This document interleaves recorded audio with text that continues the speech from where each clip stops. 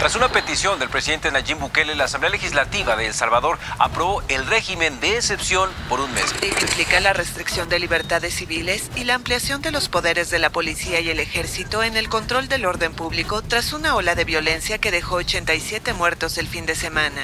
El gobierno atribuyó los asesinatos a las pandillas Mara Salvatrucha y Barrio 18 e informó de la detención de más de 2,000 pandilleros en los últimos días. Mi hija, a sus 22 años que tenía cuando la capturaron, a pocos meses de haber cumplido años, sí hemos sido una familia muy pobre, muy trabajadora, pero nunca pertenecido a una pandilla, nunca. Habían 1,700 personas, se dormía en un suelo de cemento, depurable, con hoyo y todo, que en la noche se le metían. Y como usted dormía de lado, y para darse vuelta tenía que tocar la otra para que todos se dieran vuelta, porque no podía quedar un espacio ahí. Porque ahí estaba, pero topado de gente. Aquí en El Salvador no tenemos derechos ni garantías. Aquí no hay visitas, no se puede platicar con ellas, no puede saber si están bien de salud, absolutamente nada. La violencia ahorita está así opacada porque hay un temor, pero el temor se pierde. Porque ¿qué hace un león cuando se lo encierra y no le da de comer? ¿Qué hace una serpiente si la tiene 3 días encerrada? A esta fecha, con una prórroga de 16 meses, esto ya no es un régimen, esta es una dictadura.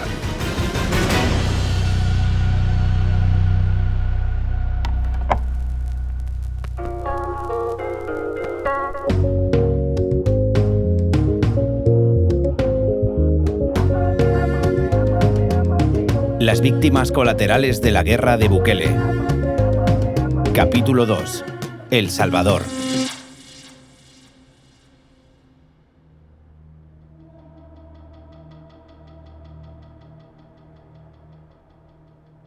Hola, esto es ¿Quién dijo miedo?, el podcast de Amnistía Internacional en el que contamos historias de lucha y activismo en el mundo para celebrar el 75 aniversario de la Declaración Universal de Derechos Humanos. Soy Ángela Sepúlveda. La historia de hoy nos lleva a marzo de 2022, en El Salvador. Un total de 87 salvadoreños fueron asesinados en las calles de El Salvador desde el viernes, de los que solo el sábado se registraron 62 homicidios. El Salvador vivió posiblemente los días más oscuros de los últimos años, entre el viernes 25 y el domingo 27 de marzo. La Policía Nacional Civil contabilizó 87 muertes en 3 días. Una oleada de violencia provocó que el presidente Nayib Bukele pidiera al Congreso la instauración de un estado de excepción. Las autoridades salvadoreñas podrán restringir la libertad de asociación, intervenir las comunicaciones o ampliar los plazos de detención sin derecho a la defensa. A petición del presidente Nayib Bukele, el Congreso, controlado por sus afines, ha aprobado este régimen de excepción en una sesión extraordinaria esta madrugada. La medida se aprobó en un primer momento por un mes. Sin embargo, ha sido renovada en diversas ocasiones hasta la fecha, y ya va más de un año. Desde el principio, la máxima fue mano dura. Tenemos los 16,000 pandilleros que ya teníamos presos en las prisiones de seguridad y máxima seguridad de nuestro país, más los más de 6,000 que hemos arrestado en estos 9 días. En un total tenemos 22,000 pandilleros, a los que los tenemos sin colchonetas, durmiendo en el suelo, hacinados, con 2. Por ahí andan rumores que quieren empezarse a vengar de la gente honrada, al azar. Hagan eso y no va a haber un tiempo de comida en las cárceles. Les juro por Dios que no comen un arroz y vamos a ver cuánto tiempo duran. Ustedes desatan una ola de criminalidad y nosotros quitamos la comida en las cárceles. La sociedad salvadoreña apoya mayoritariamente la estrategia de Bukele, pero existen también algunas voces críticas. Pues mi nombre es Juan José Martínez Dawison, soy antropólogo y periodista. Juan José nos recibe en Madrid. Este joven salvadoreño, experto en el fenómeno de las pandillas en su país, se encuentra de paso por la capital de España. Lleva una vida de nómada desde que empezó a recibir amenazas de muerte y también le notificaran que estaba siendo investigado por crimen organizado. Yo salí la primera vez en abril, Semana Santa. Salgo la segunda vez a finales, agosto del año pasado, así es. Que salgo para México y salgo para aquí, para Europa. Cambia de país cada poco tiempo. Vuelve de vez en cuando a su casa, pero enseguida vuelve a salir. Incluso el propio presidente Bukele le ha insultado en redes sociales. Y todo, dice Juan José, por investigar lo que no tiene que investigar y criticar lo que no tiene que criticar, las medidas de Bukele. Pero básicamente es apagar los derechos humanos por un rato y permitirle a las fuerzas del Estado capturar a las personas sin mayor investigación, sin investigación de hecho. Y es lo que se hizo. Se aprovechó también este régimen para capturar a opositores políticos, a líderes comunitarios organizados, que eran un riesgo para el gobierno. Se aprovechó en realidad para amedrentar a todo lo que obstaculizara al presidente Bukele. Se capturaron líderes ambientales que defendían el derecho al agua en ciertos lugares y que estaban de alguna manera deteniendo ciertos proyectos de empresas. Detenciones arbitrarias, malos tratos y torturas en las cárceles, violaciones en los procesos judiciales, desapariciones forzadas y la muerte de cientos de personas bajo custodia de la administración. Básicamente todo. Los que estén en contra de su política, los que no se plieguen a sus designios, los que cuestionen de alguna manera, se vuelven enemigos del Estado y por ende enemigos del pueblo, ¿no? En tanto que él es el representante del pueblo. Todo bajo la coordinación de los tres poderes del Estado y la connivencia de una gran parte de la sociedad civil. Muchos de ellos están presos por denuncias de sus vecinos. Conozco un caso que estamos trabajando de una persona, un trabajador de la empresa de mi esposa que está preso porque lo denunció su suegra. El tipo estaba trabajando para irse a vivir con su novia, trabajaba horas extra todos los domingos. La suegra no le cuadraba al muchacho porque fumaba marihuana. Va a morir en la cárcel probablemente. Según Juan José, se da una coincidencia en el perfil de los detenidos, o más bien en su clase social. Exclusivamente ha capturado a gente pobre. Las redadas masivas no se han dado en barrios de clase media y El Salvador no es una sociedad como la española. El Salvador está profundamente segmentado. Las fronteras invisibles, las reales fronteras invisibles son las fronteras de clase. Las colonias de clase media con las de clase baja se diferencian muchísimo. Todos los presos vienen de los sectores marginales de El Salvador, quienes también eran azotados por las pandillas. Esta segmentación por barrios y clase social constituye una irregularidad más en el proceso de detenciones arbitrarias. También hay una cantidad de gente inocente que, sin deberla ni temerla, pues una noche a las 2 de la mañana le pomponearon la puerta y se lo llevaron. Irene Cuellar es investigadora en Centroamérica para Amnistía Internacional. Es más, la mayoría de las personas ni siquiera les dijeron que las estaban arrestando. Simplemente les decían, acompáñanos a la delegación, le vamos a hacer unas preguntas. Cuando llegaban a la delegación, le decían, usted queda arrestado bajo agrupaciones ilícitas. Agrupaciones ilícitas. La acusación cajón desastre. Pero muchos agentes de las fuerzas de seguridad sabían que aquello no era verdad. Hay un par de policías, al menos con los que yo conversé, que en realidad me dijeron que ellos pensaban que en los primeros 15 días esa gente a la que ellos sabían que estaban arrestando de manera ilegal, porque no habían cometido ningún delito, porque sabían que no pertenecían a estructuras pandilleriles, ellos de verdad pensaron que en 15 días un juez iba a dejarlos libres, porque no había ninguna prueba contra ellos. Después se dieron cuenta que eso no ocurrió y bueno, al menos al elemento policial que yo entrevisté me decía, yo no puedo dormir en las noches.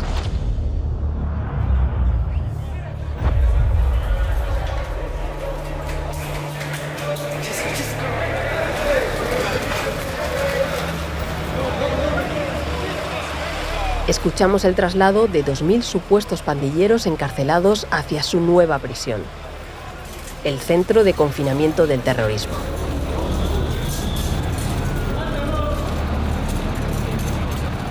Con capacidad para 40.000 presos, Nayib Bukele lo presenta orgulloso como la mayor cárcel de América.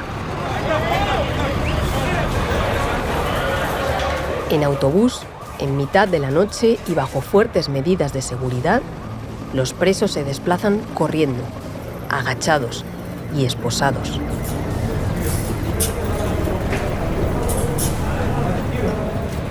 Una vez en el nuevo penal, los colocan sentados en fila, uno detrás de otro, juntos, con las cabezas apoyadas en la espalda del siguiente. Tope la cabeza a la espalda, tope la cabeza a la espalda. Tópese, tópese, tópese.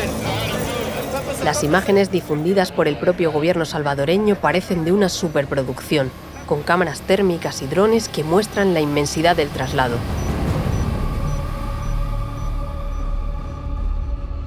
Existen muchas dudas sobre que todos los presos de esta cárcel sean realmente pandilleros. Muchas de las detenciones son arbitrarias. Fue un 7 de abril, eso de 10:30 de la mañana. Alfredo Mejía se dedica a hacer fotografías en bodas, desfiles y otros eventos en la ciudad de Sonsonate, a 1 hora de la capital, San Salvador. Aquel 7 de abril de 2022, su vida dio un vuelco. Mi hija, de hecho, acompañó a una amiga a abrir una cuenta bancaria a un banco. Y cuando venía la policía, a mi hija le requirieron el documento único de identidad y no lo cargaba. En ese momento le dijeron que los iba a acompañar a la delegación para hacerles unas preguntas e investigarlas. El vigilante entra al banco, le dice a la amiga, le dice, oiga, a su amiga se la llevan los policías detenida. Ella llama para acá, para la casa, y le dice, a Carlita se la han llevado por el DUI. Cuando se llevó el DUI a la delegación, lo que dijo el policía, que ya estaba ahí y que solo eran unas preguntas y si no debía nada ya iba a salir. Pero no salió. Un día más tarde la trasladaron a la cárcel. Alfredo solo pudo ver a su hija a través del cristal del coche patrulla. Fue la última vez que la vio.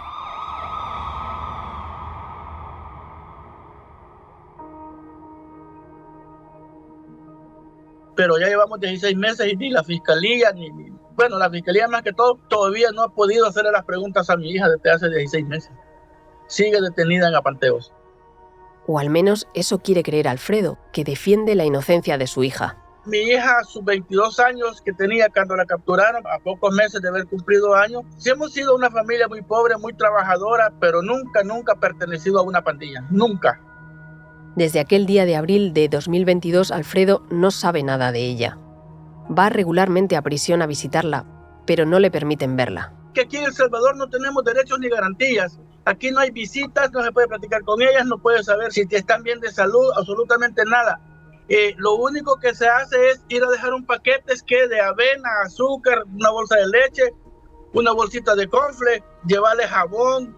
Es lo único que se hace, albergando la idea de que se los den. Contacto y visual ni físico no hay. Definitivamente no tenemos ese derecho. Ni siquiera le confirman que continúe presa allí. A Alfredo solo le queda confiar en que siga viva. Yo les digo a la gente, miren, soy realista, me puede doler y ¿qué me puedo imaginar? Parecido al caso de Carla, la hija de Alfredo, es el de Dolores Almendáriz. Ocurrió el día 6 de mayo a las 9:35 de la mañana. Llegaron 5 agentes policiales a mi casa.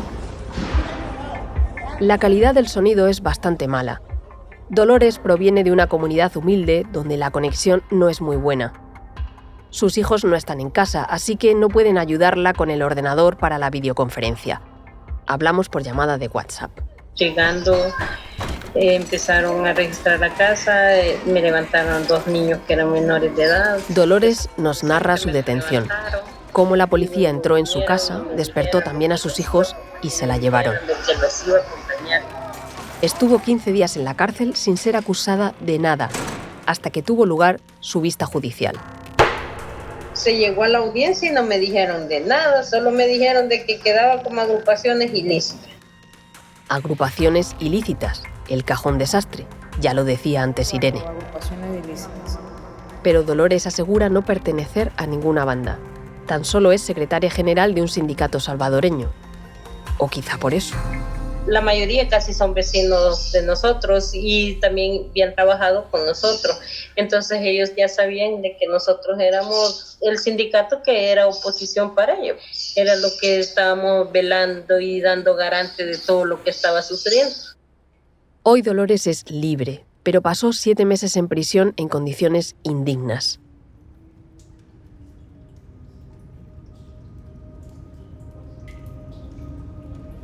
Habían 1.700 personas, se dormía en un suelo de cemento. Celdas llenas de presas con las que tenía que dormir de lado porque no cabían.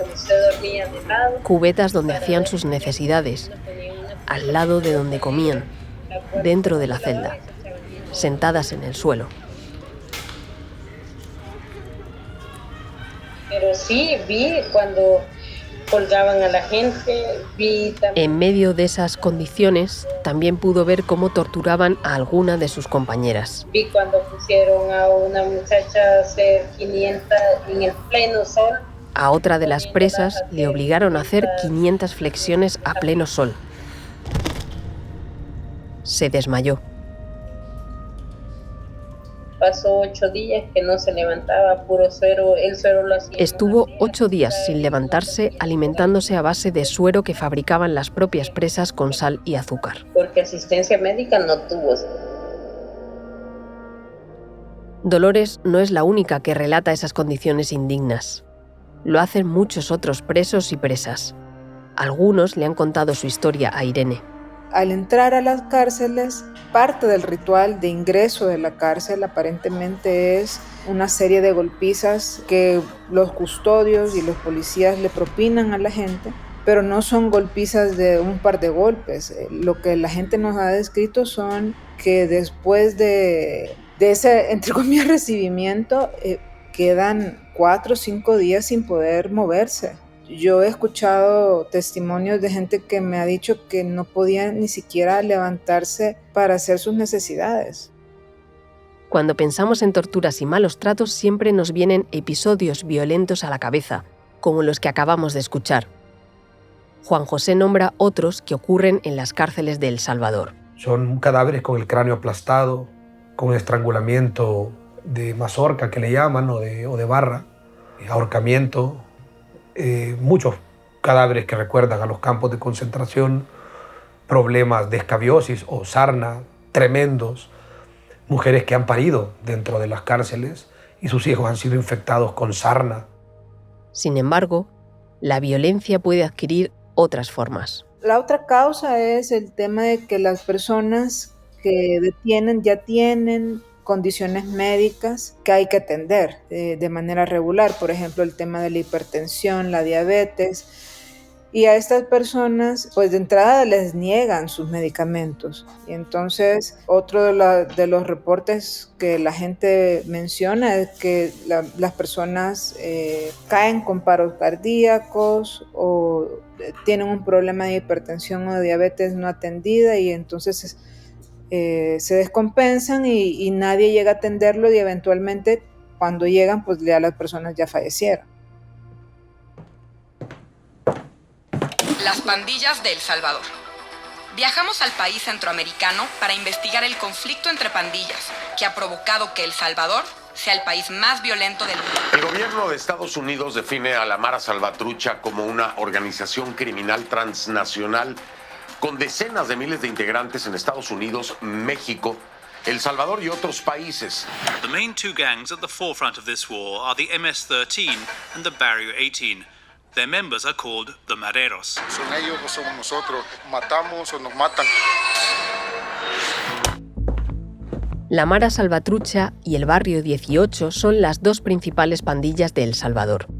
Como parte de su investigación sobre las bandas, Juan José Martínez pasó un año infiltrado en la primera de ellas.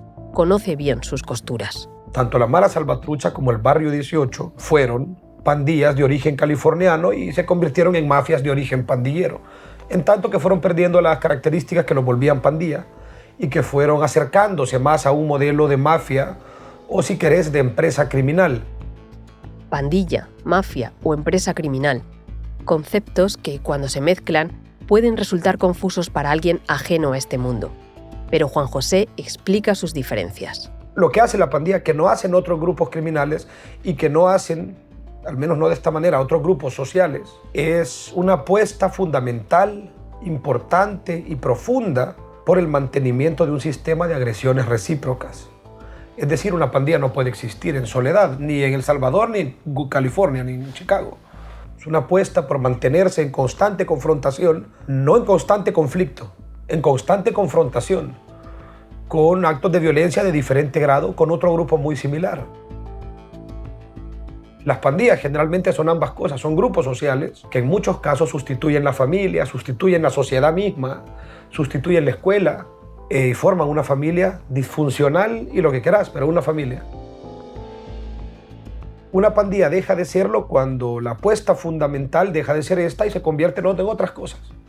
En el caso de El Salvador se volvieron empresas criminales con intereses más parecidos a la mafia. El interés de la mafia es un interés político y económico. Y las maras están pareciéndose más a eso. Cuando surgen esos intereses de los que habla Juan José, es cuando entra en juego la negociación con las instituciones. ¿Qué es lo que siempre se negocia o lo que siempre las diferentes fuerzas políticas de El Salvador han hablado con los pandilleros? Se buscan dos cosas. Gobernabilidad, que es bajar la violencia. Bájame la violencia y eso me da gobernabilidad. Y genérame votos, dame apoyo político. Las maras han dado apoyo político a diferentes fuerzas, incluyendo al partido del presidente Bukele. Y lo que se da a cambio es menos persecución, espacio para negocios. Ellos puedan establecer sus negocios. En el caso del presidente Bukele, lo que se negoció en algún momento fue el mercado, uno de los mercados nuevos, y la posibilidad de que ellos pudieran tener sus negocios ahí y que además no extorsionaran al mercado. Y en general se suelen negociar prebendas carcelarias para sus líderes. Las maras apoyan al presidente Bukele. La base social de las maras, que es grande, apoya al presidente Bukele. Bueno, casi todo El Salvador apoyó al presidente Bukele. Y el pacto con las pandillas se mantuvo estable. No era la primera vez que las maras negociaban con un presidente, pero esta vez era distinto. No es lo mismo la primera negociación que hace un presidente, que es Mauricio Funes, en 2012, con unas pandillas súper fuertes, súper numerosas, militarmente sin pérdida, que venían solamente de ganar, de presionar al Estado, con las que negocia el presidente Bukele. Ya la violencia venía, de hecho, bajando desde el 2015, que tuvo su pico. Los homicidios venían bajando. La visibilidad de las pandillas se había transformado. Esas pandillas vistosas que vemos en la televisión, llenos de tatuajes en la cara, comiendo cerebros humanos como zombies, eso ya se había terminado. Claro que tenían presencia y gobernaban gran parte de El Salvador todavía, pero de una manera menos vistosa. A la mafia le interesa ser menos vista, a la pandilla le interesa ser más vista. Con esas pandillas negocia el presidente Bukele, la negociación va mal, se rompe por primera vez en 2020. Tras varias idas y venidas, todo se termina de romper en 2022. Ya la separación entre la calle y la cárcel, que siempre había sido una sola estructura, estaba bastante deteriorada en las pandillas, y en 2022 al menos las facciones de la calle vuelven a hacer una ofensiva contra la sociedad salvadoreña. Tuvimos el día más violento de la historia de El Salvador, y eso es decir, un día muy violento. Nos mataron 87 personas en un día. Una barbaridad. El daño que eso le hace a una sociedad es, a todos los niveles, brutal. Es una puñalada a la sociedad. Acción, reacción. Estos asesinatos provocaron que el presidente Bukele pidiera a la Asamblea la instauración del estado de excepción. El objetivo era tener vía libre para su política de mano dura, y la obtuvo. Queda aprobado el proyecto de decreto que contiene régimen de excepción. Sin embargo, Juan José duda sobre la verdadera intención de Nayib Bukele al querer acabar con las pandillas. Creo que estas medidas no tienen que ver con una intención legítima de recuperar los espacios tomados por la mafia y regresarle a la población al menos un poco de justicia. Tiene que ver con que la mafia de origen pandillero competía con la mafia de Estado que tenemos ahora. Y la mafia de Estado, al menos esta, no admite competidores. Entonces lo que hay no es un Estado recuperando su espacio. Lo que hay es una mafia mucho más eficiente y mucho más sofisticada, desplazando a una mafia menos sofisticada. Esa estrategia del presidente empezó enseguida a generar resultados. No te vamos a marear con muchas cifras, pero estas dos son las que repite Bukele para justificar el éxito de su mano dura.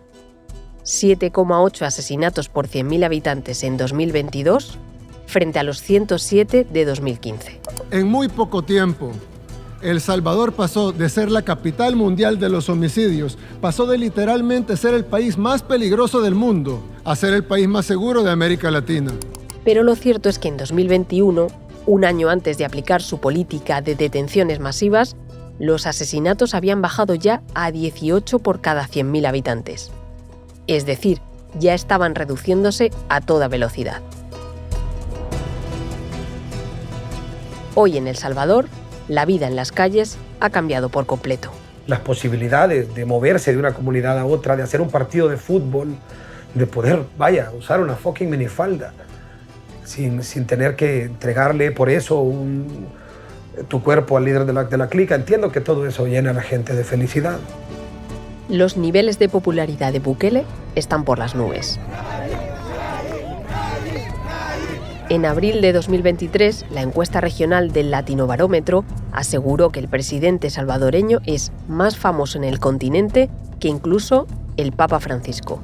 Y eso es mucho decir en una región tan católica. El presidente Nayib Bukele llegó a la sede del Tribunal Supremo Electoral la noche de este jueves a inscribir su candidatura para un nuevo periodo y participar en las elecciones de febrero del próximo año. En un país donde estuvo prohibida la reelección hasta su llegada al poder, opositores, abogados y analistas consideran que su postulación es inconstitucional, habilitada por magistrados que nombró un Congreso que domina. La mayoría de la población salvadoreña no está contenta, sino muy contenta con estas medidas. Es una sociedad muy violenta, es una sociedad que ha puesto sus esperanzas en una persona y ha puesto sus esperanzas porque así ha sido la trayectoria de El Salvador en la violencia. Entonces, la sociedad salvadoreña a nivel de valores, normas y concepciones cree que la violencia es la mejor forma de erradicar la violencia. Y cree además, es una sociedad que cree que la violencia es probablemente el camino más recto hacia la educación y la paz. Poco a poco, la población salvadoreña ha perdido el miedo a salir a la calle. Pero, ¿a qué precio? No quisiera caer en ese discurso falaz de decir ahora hay más violencia y la gente no, la gente está bien y el costo han sido sus propios compatriotas. Esto no es El Salvador, es Honduras y las consecuencias de las medidas de quien hoy es comparada con el presidente Nayib Bukele. Cientos de prisioneros con la cabeza entre las piernas en cárceles ahora bajo control de militares. Las imágenes recuerdan a las que difundió el gobierno de El Salvador a inicios de este año, pero son en la cárcel Támara de Honduras, donde el gobierno de Xiomara Castro promueve la operación Fe y Esperanza. La mandataria de izquierda Xiomara Castro lleva varios meses adaptando las estrategias del modelo Bukele, una práctica que es mirada con preocupación desde organismos de derechos humanos y que amenaza con ramificarse por toda la región.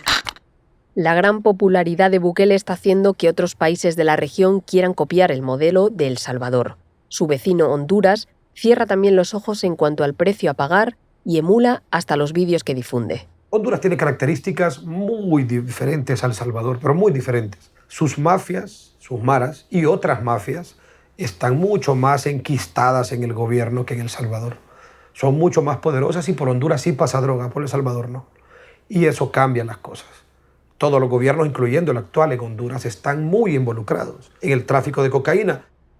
Juan José duda de que los resultados sean los mismos debido a los diferentes contextos. Las condiciones de Honduras no dan ni para concentrar el poder en un solo hombre porque hay más poderes. Los narcotraficantes enquistados en el poder, las pandillas son muy poderosas, las bandas son muy poderosas, los otros partidos políticos narcotraficantes. Entonces es muy difícil poder hacer lo que hizo el presidente Bukele. No hay ni los recursos, ni el material humano, ni se enfrentan a las mismas mafias. En Honduras se los comen vivos. Es muy diferente. En El Salvador se puede, en Honduras no se va a poder.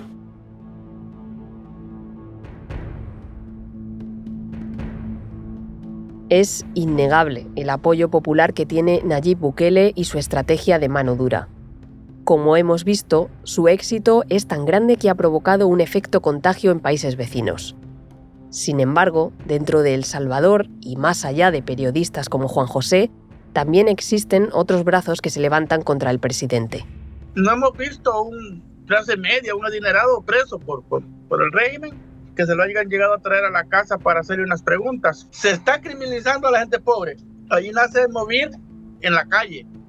Movir, Movimiento de Víctimas del Régimen. Alfredo nos habla de un grupo de personas del que él forma parte y que lucha por ayudar a los prisioneros que aleatoriamente detiene el gobierno salvadoreño. Ante la falta de garantías ofrecidas por parte de las instituciones del país, Movir interviene. Hemos podido apoyar a las víctimas con asesorías jurídicas, llenados de habeas corpus. Acompañamos a las víctimas a dejar los habeas corpus a la sala de lo constitucional. Un concepto jurídico como el habeas corpus puede que no te suene.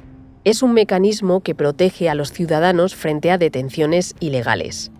Sirve para que los arrestados puedan comparecer de forma inmediata ante un juez que decidirá si siguen detenidos o no. Pero el apoyo de Movir no acaba ahí. Pudimos apoyar a 125 familias de escasos recursos para poder meter paquetes a los penales, a las detenidas. También pudimos apoyar a 125 personas para víveres, ya que han quedado familias con abuelas, hermanas o tías con 4 niños, 5 niños, 6 niños, porque los papás están detenidos o papá y mamá están detenidos. Hicimos un programa de niños abandonados donde papá y mamá estaban detenidos y logramos que nos donaran 50 paquetes para esos niños. En esa lucha se ha enfrascado Movir. Movir lo conducen 5 personas. Una de ellas es Alfredo, pero además cuentan con un equipo de apoyo de otras 15. No tenemos derechos humanos. Institución de derechos humanos no tenemos para que velen por nosotros. Entonces Movir está como apoyando a las víctimas en pro de derechos humanos. Hay otras organizaciones, pero la lucha en la calle la da Movir.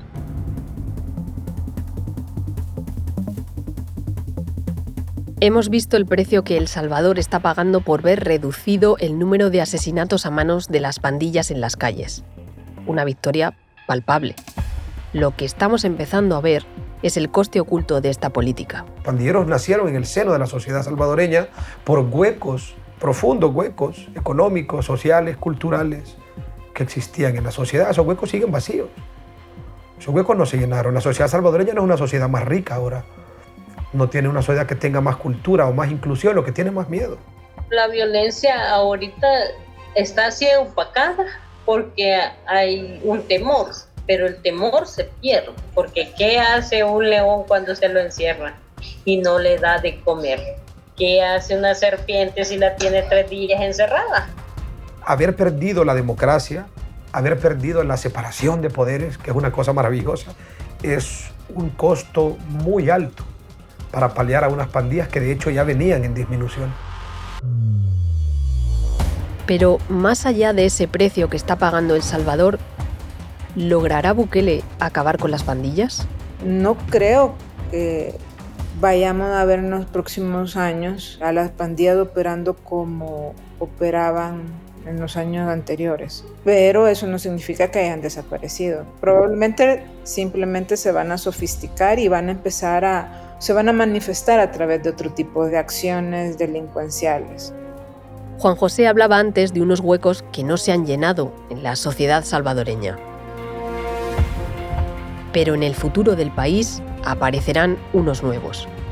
Y ahí surgirán nuevas oportunidades. ¿Qué pasa ahora en esas comunidades que habían estado bajo el control de las pandillas sin poder en realidad tomar decisiones tan sencillas, tan cotidianas como ir al parque o ir a la tienda de la esquina sin preguntarse si podían o no hacerlo? Hay una oportunidad enorme, promover nuevos liderazgos a nivel comunitario que de alguna u otra manera ayuden también a reconstruir ese tejido social.